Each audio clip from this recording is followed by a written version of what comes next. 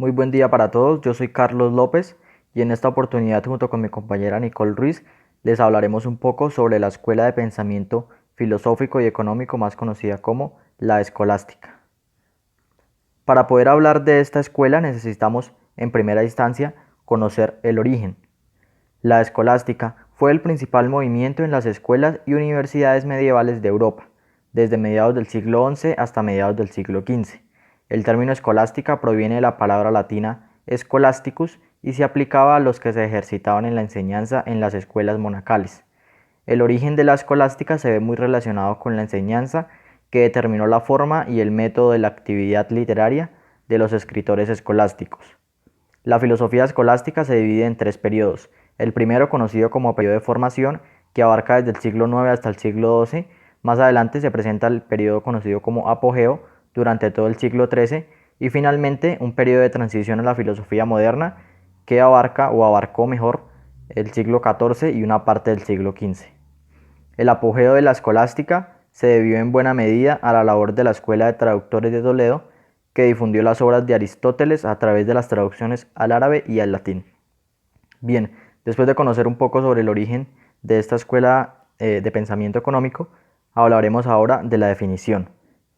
De manera específica, se le conoce como escuela escolástica al movimiento doctrinal que se mueve por el entorno y el contexto de las escuelas. El movimiento escolástico se hace presente por medio de dos ramas, la enseñanza y las formas literarias. Los pilares de enseñanza de esta parte para las escuelas fueron las artes liberales, las cuales se dividían a su vez en la gramática, la dialéctica y la retórica.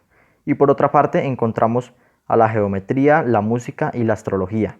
Aunque el grueso de sus pensamientos se dirige al área filosófica, la escolástica también aborda algunos temas económicos como la usura, el intercambio y la utilidad que veremos más adelante. Y como todas las escuelas de pensamiento, en este caso económico, la escolástica tiene unas características propias.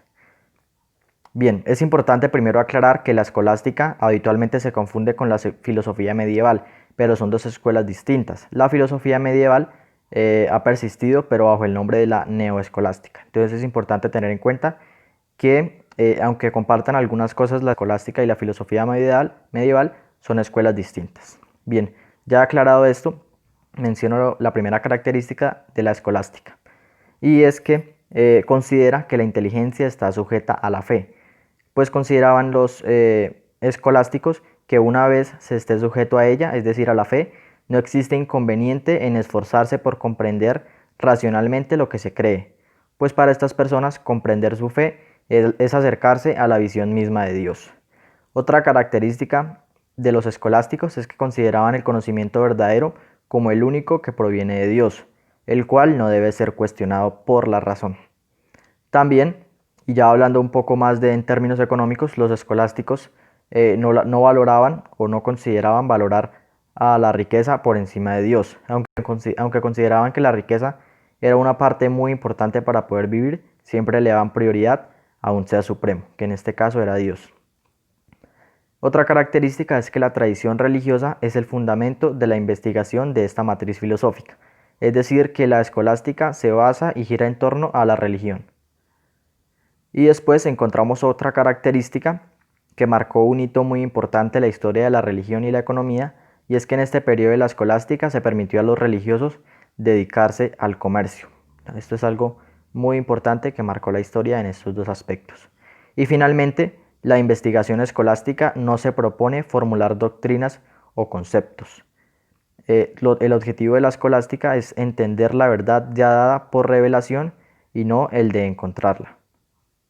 Bien, después de haber hablado un poco sobre el origen, la definición y las características de la escolástica, los dejo con mi compañera Nicole Ruiz, quien les comentará un poco sobre los aportes y los representantes más importantes en esta escuela filosófica. Aportes. Usura. A los escolásticos se les asocia en la mente popular con la idea de usura. Esto sucede en buena medida porque luchaban en la articulación de este concepto por reconciliar las escrituras, los filósofos y la razón. El problema básico proviene aquí de lo que parece ser una prohibición en la escritura del cobro de intereses sobre un préstamo. Algunos interpretaban esto como que suponía una prohibición completa. Otros lo interpretaban como la prohibición de cobrar un interés excesivo. En conclusión, los eclesiásticos argumentaron la acción de prohibir el cobro de interés con la idea de que no se puede generar dinero con el cobro de más dinero. Esta práctica lo que producía era un estacionamiento de la economía local. Intercambio. Un intercambio es justo si los objetos intercambiados son iguales. Esta idea desató gran polémica en la escuela económica de la escolástica, pues para ellos era algo sin sentido. Para argumentar esto, los escolásticos colocaban como ejemplo el trueque. Si hubiera que hablar literalmente de igualdad, el intercambio no tendría ningún sentido. Recibes exactamente lo que diste. Ninguna persona racional intercambiaría en estas circunstancias. Los escolásticos basaban su argumento en que si se intercambiaban los distintos bienes uno por otro, entonces la igualdad de ambos, al no ser manifestada, debe ser medible de alguna manera u otra. Una manera sencilla de hacer esto es dar por supuesto que, si ambas partes del intercambio están satisfechas haciéndolo, esto satisface la demanda de igualdad. Es decir, que los escolásticos definieron el intercambio como un proceso económico conformado por dos partes, en la que cada una aporta un bien, ya sea económico o no, o un servicio a su opuesto que satisface su necesidad. Es decir, que al final del proceso ambos actores deben quedar satisfechos. Utilidad, valor y precio.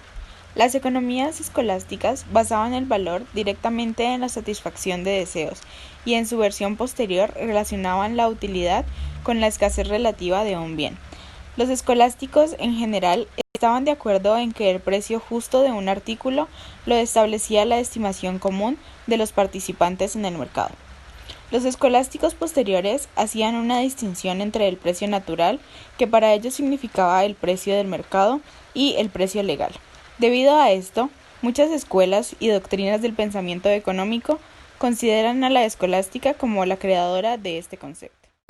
Alberto Magno, basándose en la tesis aristotélica, condenó el monopolio por ser una confabulación para manipular los precios, cuya sanción debía ser la restitución del beneficio obtenido mediante este ilícito.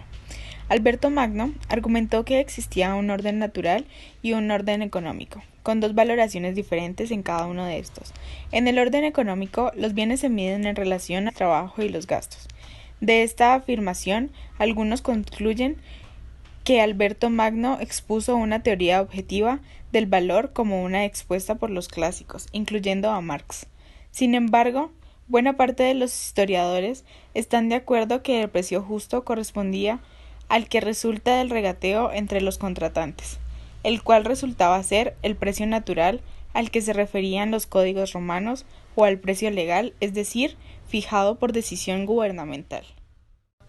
Santo Tomás de Aquino, con un toque moralista, fue el primero que intentó justificar la propiedad privada y se convirtió en referencia para la elaboración de las teorías de muchos autores que después trabajaron este punto. El argumento de Santo Tomás fue que si bien bajo la ley natural toda propiedad es comunal, la propiedad privada no entraba en contradicción por ser un añadido, algo que explicó con el siguiente ejemplo. La desnudez concuerda con la ley natural, puesto que la naturaleza no provee de ropa al hombre. Sin embargo, la ropa se añadió a la desnudez en beneficio del mismo hombre. De la misma forma, la propiedad privada no existe en la naturaleza, pero se inventó para beneficio de la humanidad, pues estipula el trabajo. No obstante, Aquino creía que el Estado debía regular la propiedad privada y distribuir sus frutos, aunque, siguiendo a Aristóteles, aceptaba como un hecho su distribución desigual con el argumento de que cada uno debe recibir de acuerdo con sus necesidades, y que estas necesidades son diferentes para cada extracto de la sociedad. Enrique de Fimaria. Al igual que Santo Tomás, Enrique de Fimaria se interesó por el tema de la necesidad, pero a diferencia de Aquino, lo analizó como la necesidad común de algo que es escaso, es decir, de forma agregada, tal como lo vemos hoy en las teorías macro. Concluyó que si la necesidad determina el valor de algo que es escaso, no hay razón alguna para que el precio de este bien se eleve cuando hay abundancia. Muchas gracias, esperamos que hayan aprendido algo sobre la escolástica. Cualquier pregunta que haya surgido la pueden dejar en los comentarios y con mucho gusto la responderemos.